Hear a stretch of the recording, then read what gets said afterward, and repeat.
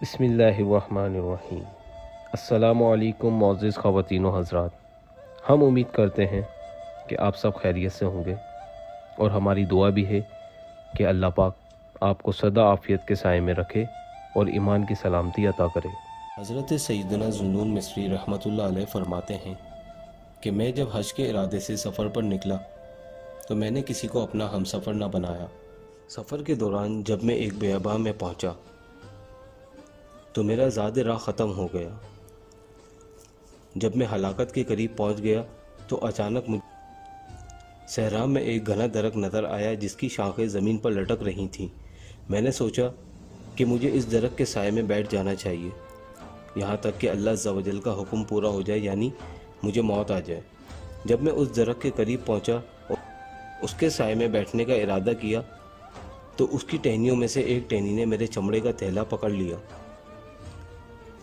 جس کی وجہ سے اس میں بچا کچا پانی بہہ گیا، جس سے مجھے بچنے کی کچھ امید تھی۔ اب تو مجھے اپنی ہلاکت کا یقین ہو گیا، لہٰذا میں اس درخت کے سائے میں گر کر ملک الموت علیہ السلام کا انتظار کرنے لگا تاکہ وہ آ کر میری روح قبض فرما لیں۔ اچانک میں نے غمگین آواز سنی جو کسی غمزدہ کے دل سے نکل رہی تھی۔ وہ شخص کہہ رہا تھا کہ اے میرے اللہ، اے میرے آقا و مولا عز و جل، اگر تیری رضا اسی میں ہے تو اس میں اضافہ فرما تاکہ اے ارحم الراحمین تو مجھ سے راضی ہو جائے۔ یہ سن کر میں اٹھا اور اس آواز کی سمت چل دیا۔ میں نے ایک حسین و جمیل شخص کو دیکھا جو ریت پر پڑا ہوا تھا اور بہت سے گدھ اسے گھیرے ہوئے تھے، اس کا گوشت نوچنا چاہتے تھے۔ میں نے اسے سلام کیا، اس نے سلام کا جواب دے کر کہا، اے ذوالنون، جب زاد راہ ختم ہو گیا اور پانی بہہ گیا تو تو نے ہلاکت اور فنا کا یقین کر لیا۔ میں اس کے سرہانے بیٹھ گیا اور اس کی حالت دیکھ کر میرا دل بھر آیا اور میں رونے لگا۔ اچانک کھانے کا ایک پیالہ میرے سامنے رکھ دیا گیا، پھر اس شخص نے اپنی ایڑی زمین پر رگڑی تو ایک چشمہ پھوٹ پڑا۔ اس کا پانی دودھ سے زیادہ سفید اور شہد سے زیادہ میٹھا تھا۔ اس نے مجھ سے کہا، اے ذوالنون، کھا پی لو کیونکہ تمہارا بیت الحرم پہنچنا نہایت ضروری ہے، مگر اے ذوالنون، میرا ایک کام ضرور کرنا، اگر تم میرا کام کر دو گے تو تمہیں اس کا اجر و ثواب ملے گا۔ میں نے پوچھا، وہ کام کیا ہے؟ فرمایا، جب میں مر جاؤں تو مجھے غسل دے کر دفنا دینا اور ان وحشی پرندوں سے چھپا کر یہاں سے چلے جانا۔ پھر جب تم حج ادا کر لو تو بغداد شہر چلے جانا۔ جب تم باب زعفران میں داخل ہو تو تمہیں وہاں کچھ بچے کھیلتے ہوئے نظر آئیں گے، انہوں نے مختلف رنگوں کے لباس پہن رکھے ہوں گے۔ تم وہاں ایک کمسن جوان کو پاؤ گے جسے اللہ عز و جل کے ذکر سے کوئی چیز غافل نہ کرتی ہوگی۔ اس نے کپڑا کمر پر باندھ رکھا ہوگا اور دوسرا کندھے پر رکھا ہوگا۔ اس کے چہرے پر آنسو کی وجہ سے لکیریں پڑ گئی ہوں گی۔ تم اس سے ملنا، وہ میرا بیٹا اور میری آنکھوں کی ٹھنڈک ہے، اسے میرا سلام کہنا۔ حضرت سیدنا ذوالنون رحمۃ اللہ علیہ فرماتے ہیں کہ جب وہ بات کر کے فارغ ہوئے تو میں نے انہیں یہ کلمہ اشہد ان لا الہ الا اللہ و اشہد ان محمد رسول اللہ پڑھتے ہوئے سنا۔ پھر انہوں نے ایک آہ بھری اور اس فانی دنیا سے رخصت ہو گئے۔ میں نے انا للہ و انا الیہ راجعون پڑھا۔ میرے سامان میں ایک قمیص تھی جسے میں نے بہت سنبھال کر رکھا تھا۔ پھر میں نے انہیں اس پانی سے غسل دیا اور کفن پہنا کر ریت میں دفنا دیا اور بیت الحرم کی طرف چل دیا۔ مناسک حج ادا کرنے کے بعد حضور نبی کریم صلی اللہ علیہ وآلہ وسلم کے روضہ انور کی زیارت کے لیے روانہ ہوا۔ زیارت سے فارغ ہونے کے بعد میں نے بغداد شہر کا رخ کیا اور عید کے دن بغداد پہنچا۔ میں نے وہاں کچھ بچوں کو کھیلتے ہوئے پایا، انہوں نے مختلف رنگوں کے لباس پہن رکھے تھے۔ جب میں نے نظر دوڑائی تو اس نوجوان کو ایک جگہ بیٹھے ہوئے پایا جسے کوئی قیمتی چیز بھی بھلا علام الغیوب عز و جل کے ذکر سے غافل نہ کر سکتی تھی۔ اس کے چہرے پر غم کے آثار واضح تھے اور اس کے رخساروں پر آنسو کی وجہ سے دو لکیریں پڑ گئی تھیں۔ وہ یہ اشعار پڑھ رہا تھا، ترجمہ: تمام لوگ عید کی خوشیوں میں مگن ہو گئے اور میں واحد و بے نیاد اللہ عز و جل سے خوش ہوں۔